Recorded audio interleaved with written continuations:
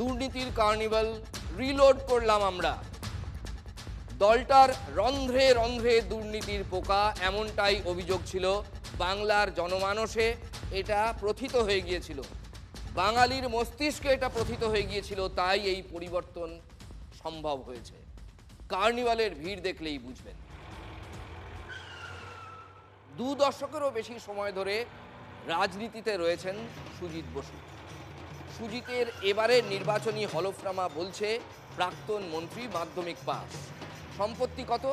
2004 সালে 30 লক্ষ টাকার সম্পত্তি ছিল, এবার 8 কোটি টাকার সম্পত্তি দেখিয়েছেন সুজিত বসু। এটা অফিসিয়াল ফিগার, আনঅফিসিয়াল ফিগারের কথা আমরা বলতে পারবো না।